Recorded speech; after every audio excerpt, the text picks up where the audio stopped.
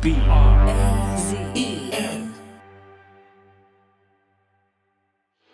Previously on Dynamite Doug. What we were able to see is that he lied to Sotheby's. My jaw metaphorically dropped when I saw it. Their imagination has gone wild. They've seen too many Indiana Jones films. As far as I know, there is no such thing as a smuggling network.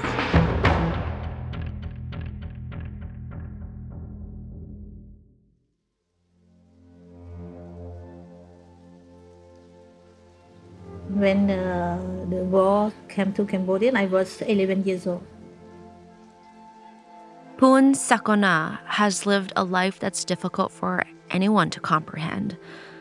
The Khmer Rouge took over her country in 1975, killing intellectuals, capitalists, government officials, and anyone who crossed them. 5 members of Sakona's family were murdered, including both parents. She came out of the war as an orphan, still only a teenager. If the hell existed in the world, it was a Khmer Rouge regime. All my family was killed. My own father fled Cambodia in 1975. My grandfather walked him and his brother to the Thai border. It was a perilous journey.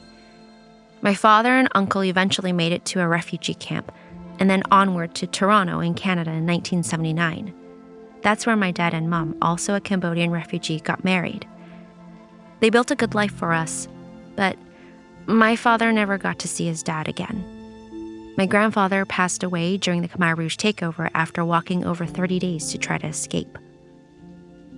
Sakona, too, stayed behind. Against all odds, without the support of family, she went to the Soviet Union on a scholarship, completed her doctoral studies in France, and finally landed a job in Cambodia at the Institute of Technology. Back then, as we heard, she came across Douglas and Emma's book in Phnom Penh's airport in the 2000s and questioned why these Khmer statues were on display in museums abroad. By 2013, Sakona was Cambodia's new Minister of Culture, and now in a position to do something about it. In my mind, how we can get back everything to Cambodia? For years, Cambodia's government had seen Douglas Latchford as a savior, even returning statues to the country. But Sakona saw through Douglas, and she would refuse to be co-opted by him. This is Dynamite Doug from Project Brazen and PRX, and I'm Ellen Wong.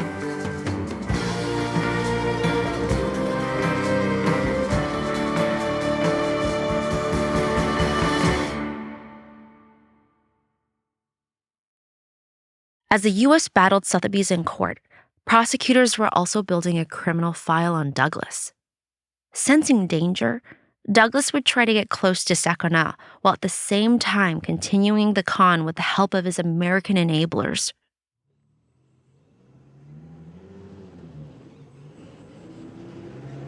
Coca, Cambodia, 2013. This was really one of the first cases of its kind where a country that had been, involved in conflict, had lost a lot of property during that time period, was seeking the recovery of the property. Sharon Cohen-Levin, a prosecutor with the Southern District of New York, was standing in Coca, looking at the broken feet from which the Sotheby's statue had been hacked off 40 years earlier. Cambodia had lost huge amounts of its cultural property, all within living memory.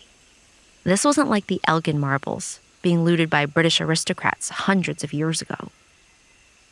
Cambodia was unique in the sense that, to most people, I guess the 1970s is a long time ago, but in the history of this kind of looting, that actually is pretty recent. Months after legal proceedings had begun, Sotheby's was still refusing to return the statue that had been looted from Coker and sold by Douglas. So, Sharon was digging for more information. We were just fortunate that people involved in the looting network were still alive and willing to speak with us. And then the most amazing piece was Brad Gordon had located one of the looters, somebody that was known as the Lion. The Lion, a code name for a former Khmer Rouge soldier called Toek Tik, had been one of the most prolific looters of art. Brad Gordon, the American lawyer working in Cambodia, whom the Justice Department had hired to consult on the case, had tracked him down. So after visiting the temples, Sharon went to visit the Lion in his modest home nearby. She brought along a copy of Adoration and Glory. Yet again, Douglas and Emma's book, stacked with photos of looted Khmer art, was proving crucial. We brought it to the home of the Lion to ask him if he could identify if any of these statues. And I remember complaining that, was it worth taking the book? It was very, very heavy. While Sharon had made a name for herself pursuing art stolen by the Nazis, her experience in Cambodia was entirely new. You know, his home is on stilts. It's one of the hottest places I've ever been in my entire life, no windows. And so we're in there, we take out the book, and it was crazy. He's flipping through the thing, and he's like, yes, I took this one, I took this one, I took this one. As a young man, the Lion had joined the Khmer Rouge and been forced to kill innocent people. He fled, traded cattle for a while, and then started looting statues in the late 1970s, working for a Khmer Rouge commander, and eventually controlling a team of some 400 people all over the country. You could see he deeply, deeply regretted it and really was incredibly forthcoming about drawing like a little picture of the like sort of machete type device they used to cut off the heads of the statues, and told us exactly what happened. So it was a pretty remarkable moment, and one I certainly will never forget. The conversation then turned to Douglas Latchford, Brad Gordon remembers. The Lion spoke about a broker who would traffic the pieces over the border to Douglas in Bangkok. He was a major, major broker near the Thai border, and he was moving so many of these statues across the border and into Latchford's hands. And Lion knew the main buyer was Douglas Latchford, and he called him Sia Ford. It's like Lord Ford. Sia is like a Thai word for Lord. Douglas, in the documentary, acted as if he knew nothing of these looting networks. It would seem that it was highly organized by people who had finances and the power, the authority to spend a month, say, disassembling something, but there's no proof that it could have been the Khmer Rouge or could have been the local authorities or the local constabulary. There's no evidence to that effect. Brad became close to the Lion, who took him to his old hunting grounds in Kokar to identify which statues he'd looted. Brad's team filmed as the Lion pointed out where pieces had once stood before he'd ripped them out.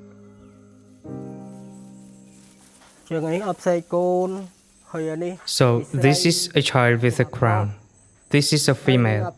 This is a male. And the beautiful girl with broken arms is here.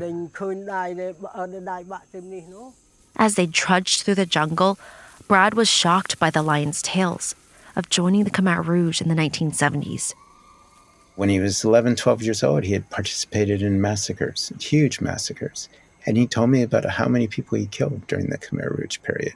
He told me just heart-wrenching stories about what it was like to be a child perpetrator. The Lion had only been a young boy, maybe 10, when the Sotheby statue, the Duryodhana, had been stolen in 1972. He had a number of relatives who were involved in the looting, going back to the 60s and early 70s. So, you know, he had family members, uncles, his father, all involved in taking statues. And many of those went to Latchford. You know, we see, for example, the Duryodhana.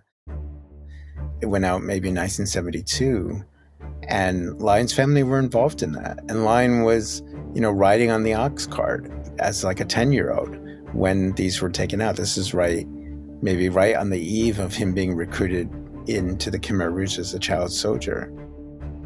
Sharon Cohen-Levin and other U.S. prosecutors continued to press ahead with their civil case to force Sotheby's to hand over the statue.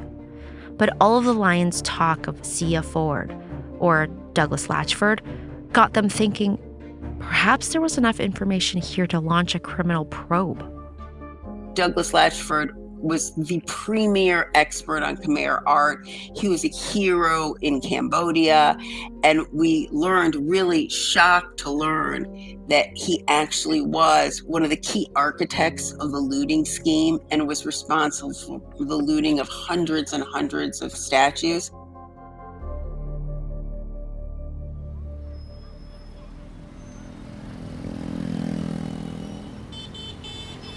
Phnom Penh, 2013. When Poon Sakana became culture minister, all she knew of Douglas was the book she'd leafed through at the airport. Soon after she took the job, though, Douglas reached out to her through an intermediary, dangling the possibility of returning more statues. This person come to ask me, what do you think if Douglas can give you some statue and he would like to talk with you? Warned by a UNESCO official in Cambodia not to trust him, especially after the recent Sotheby's case, Sakana refused to fly to Bangkok. But she was intrigued by the possibility of getting some of her country's art back from Douglas. And so she sent 2 emissaries instead. In the meeting, Douglas offered to hand back 5 masterpieces of Khmer art. But he wanted something in return. But before giving, he would like me to clear his name. Write a letter, say that he didn't do anything illegal. Douglas was perturbed by the U.S. government's civil suit over the Sotheby statue, which had detailed his involvement, referring to him as the collector. He was looking for some kind of cover, like a statement from a Cambodian minister to support him. I say no, I cannot do that. It was Douglas's old playbook, donating small pieces to Cambodia as a cover-up, while continuing to sell.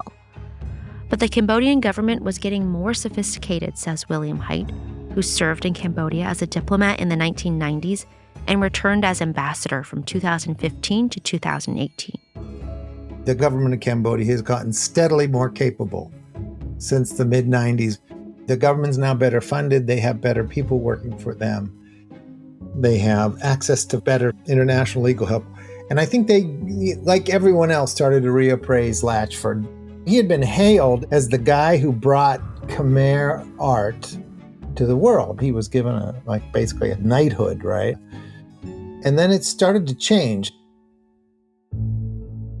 As Sakana learned more about Douglas, including through meetings with U.S. officials, she became determined to get all of Cambodia's statues back.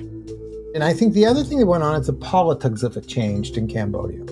There was this time when they were so poor where they would accept any help from anybody and they were grateful about it. But it got to a point where they realized that this would be politically very popular to get some of this artwork back. It would show the Cambodian people that they were fighting for their patrimony. In Emma and Douglas's email correspondence, they showed deep appreciation for Cambodian art, but often disdain for Cambodians. In one, from January 2016, Douglas wrote to Emma about a plan to return a bronze to Cambodia's National Museum. "They will be lucky to get this or anything else," he wrote. "They don't deserve it, as their performance has been a disgrace." In public, Douglas was more circumspect. I think it's a wonderful thing that pieces are donated back to the museum. I mean, I've done a small amount, my share, of donating pieces back to the Phnom Penh Museum. And it's my and my family's intention over a period of time to donate more. And I've already expressed this opinion to the Ministry of Culture. But Sakana wasn't willing to take Douglas's leftovers anymore. As they did for many Cambodians, these pieces held a spiritual, not just artistic, significance. For me, every statue held the spirit. For me, it's not really the stone. It is the soul of our ancestors. Many Cambodians, my family included, live with a deep sense of loss. More than 30 years after fleeing, my father traveled to Cambodia in 2011, and we accompanied him, and it was an emotional trip reuniting with family. My father's life by then was in Canada, but his roots were in Cambodia. He never got to say goodbye to his home, never thought he'd ever have to leave. And so by going back with us, he exerted control over his own story. Sakona also wanted Cambodia to control its own narrative. After she turned down Douglas's offer to return statues, she visited foreign museums, viewing for the first time many of the looted items. She resolved to take action. It's the start for my thinking how Cambodia can get back the statue to our country.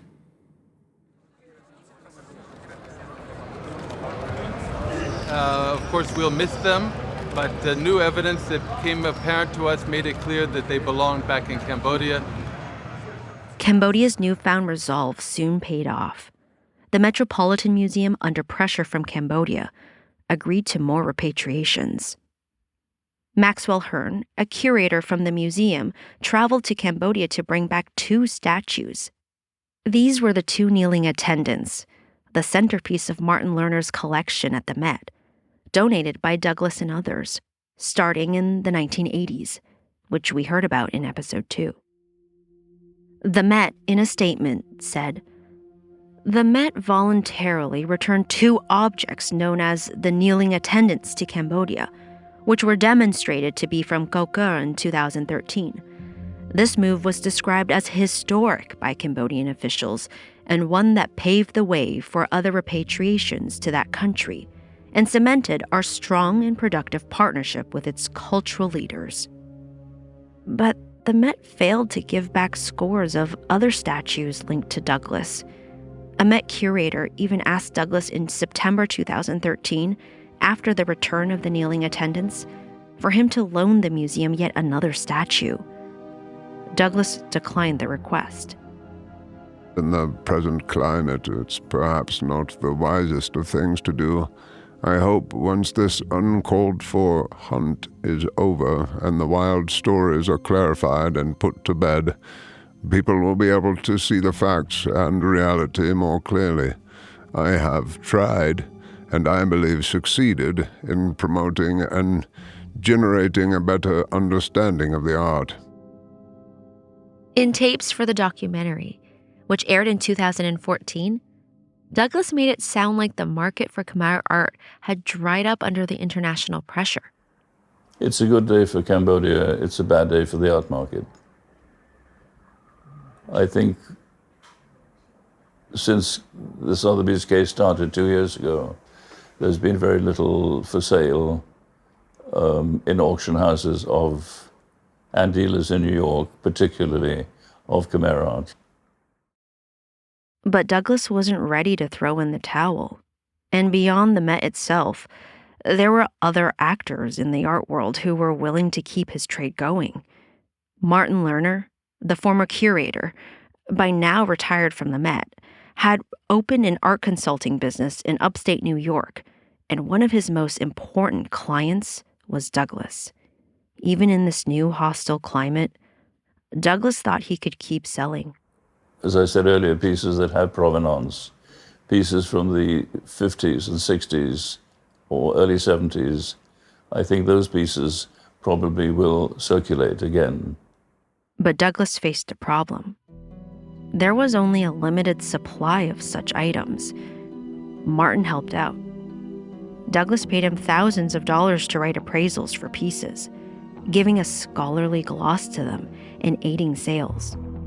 On several occasions, Douglas wrote the appraisals for Martin, who simply copy-pasted them and signed off as a former curator at the Met. In an email from March 8, 2016, for instance, Douglas asked Martin to say he saw a bronze statue in 1968 in Spink & Son in London and sent him the details. Martin copied the text verbatim. Douglas later sold the statue to a dealer in New York. Martin appears to have been well paid. In the emails, Douglas calls himself Bong and refers to Martin as Graybeard. In a June 2017 email, Douglas talks about selling 2 pieces to, quote, help the Graybeard/Bong retirement fund, unquote. A bank statement on Douglas's computer shows he transferred $100,000 to Martin on November 18, 2011. Martin Lerner did not respond to requests for comment. In 2022, the former curator told the New York Times, which first reported on this payment, that it was a loan from Douglas. He later said it was a payment from a gallery to whom he had sold an object through Latchford. He was lending his expertise to Latchford in exchange for several $1,000s a pop to help Latchford convince buyers that these objects not just were important art historically, but also had the seal of approval from a former curator at the Met. And that would assuage any concerns that these buyers had about Latchford and about his credibility as a dealer. For Jason Felch, the author who specializes in art theft, the details of Martin's role are alarming. What they're doing in those exchanges appears to be creating false provenance. So if indeed Latchford was feeding that information to Lerner and Lerner was regurgitating it to Latchford, Lerner was participating in the creation of false provenance, and creating false documentation for objects that are stolen would make you a party to a trafficking network. Denver, Colorado, 2013. On June 6th, Emma Bunker walked into the office of her lawyers in the City Park West neighborhood of Denver. Prosecutors from the Southern District of New York, including Sharon Cohen-Levin, were seated at a conference table. Back from her trip to Cambodia and meeting the Lion, Sharon was there to ask Emma questions about the Sotheby's sale and her relationship with Douglas Latchford.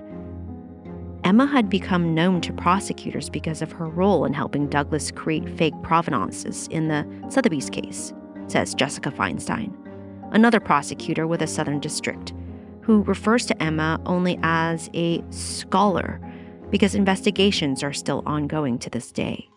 He worked with a scholar in particular in their communications with Sotheby's. It was a longtime partner of his who helped him paper over a lot of provenance over the years.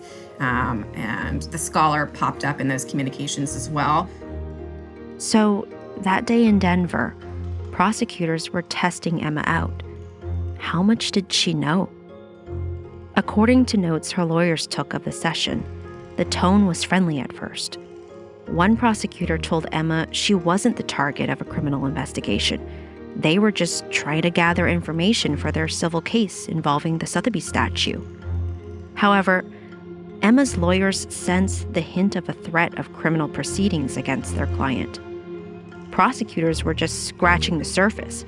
They didn't yet know of Emma's role in helping Douglas create fake provenances for statues. But Emma sensed danger. And when talk turned to Douglas Latchford, she didn't tell the truth about the depth of their relationship. They met in 1978 at a party, she told investigators, even though she'd known him since the 1960s. Emma said she thought him odd, as he was 6'4" and wore a sarong. She didn't meet him again for many more years. Later, they worked together to bring items back to Cambodia. She had no knowledge of how he bought and sold things. Emma must have been rattled. Douglas was toxic. 6 months after the interview, Sotheby's finally agreed to settle its civil case with the U.S. government without admitting fault and return the looted Kokoro statue to Cambodia's National Museum. A few months later, the Norton Simon Museum in California also agreed to return the companion statue. Despite her scare, Emma kept up her daily contact with Douglas.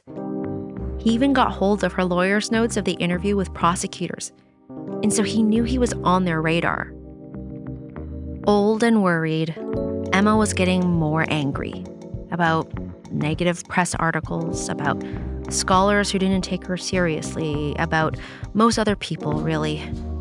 Take this 2014 email read by an actor in response to a piece by Jason Felch about Douglas. They have added all sorts of little inaccurate remarks which are just wrong. I'm not sure who reads all this. I think the museums just ignore it all, as no one I know has said a word since Sotheby's sent their piece back. I think antiquities is no longer a good buy unless you live in the country of origin.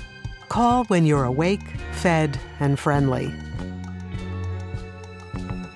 When the Sotheby's case settled, prosecutors now turned fully to building their criminal dossier against Douglas. As well as interviewing Emma, they focused on Nancy Weiner, the dealer in Southeast Asian art whose family business had served for years as a pipeline for the Met and other museums. Her mother, Doris, Douglas's close friend, had died in 2011. Nancy opened a new gallery a few blocks away from the Met. Investigators subpoenaed documents, and what they found was shocking. Emails showed that in 2011, Nancy had knowingly bought a looted bronze Buddha from Douglas for $500,000 and was planning to resell it for $1.5 million. Prosecutors uncovered an email in which Emma advised Douglas to create yet another false ownership history for the piece. I wonder whether it might not be better to say that you bought it from a Thai collector when you first moved to Bangkok in the 1950s. Emma and Douglas then created fake provenances for the Buddha, court documents show, as well as getting the Buddha image published in a book. Alexander Getz, the Bali-based dealer, says this sealed Douglas's fate. He made one mistake with Nancy Weiner. She begged and begged and begged for provenance letter, and then he gave in because it was the daughter of his long-standing friend, Doris Weiner. So he felt pity for the daughter, and he came up with this letter. I know for sure because I was talking with Douglas about it, and he said, "Alex, what am I going to do? Shall I give it to her?" And I said, "Why not? Come on, give her a break." The fake provenance helped seal Nancy's fate. In December 2016, she was arrested on charges of conspiring with international smuggling networks to buy, launder, and sell millions of dollars worth of stolen Asian art through leading auction houses. The bronze Buddha was cited in the indictment, with Douglas and Emma referred to as co-conspirator number 1 and co-conspirator number 2. By now, prosecutors were building a clear picture of this shocking smuggling ring, with Douglas at its beating heart. Far away in Bangkok, he was a much bigger catch than Nancy Weiner, and so prosecutors offered her a deal, and she began to talk. Like Nancy, Emma was also a small fry compared to Douglas. Scared by Nancy's arrest and fearing the same fate, she too would soon turn on her old friend.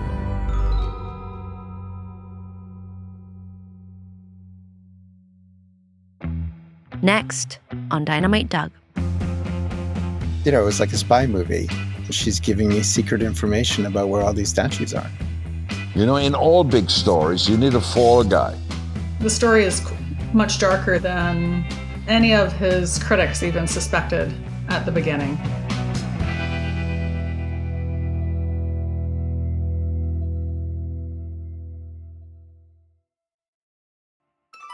Dynamite Doug is a production of Project Brazen in partnership with PRX. It's hosted by me, Ellen Wong. Tom Wright and Bradley Hope are executive producers.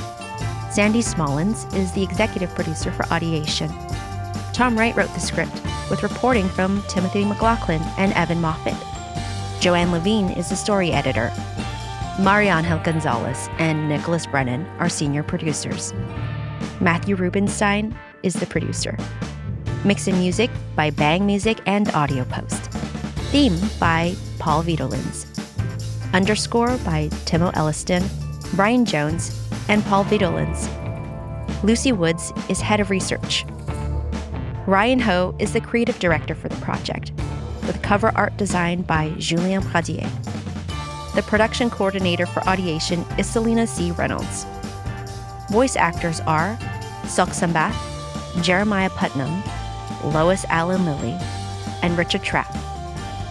If you like this episode, please be sure to tell a friend or rate and review it wherever you listen.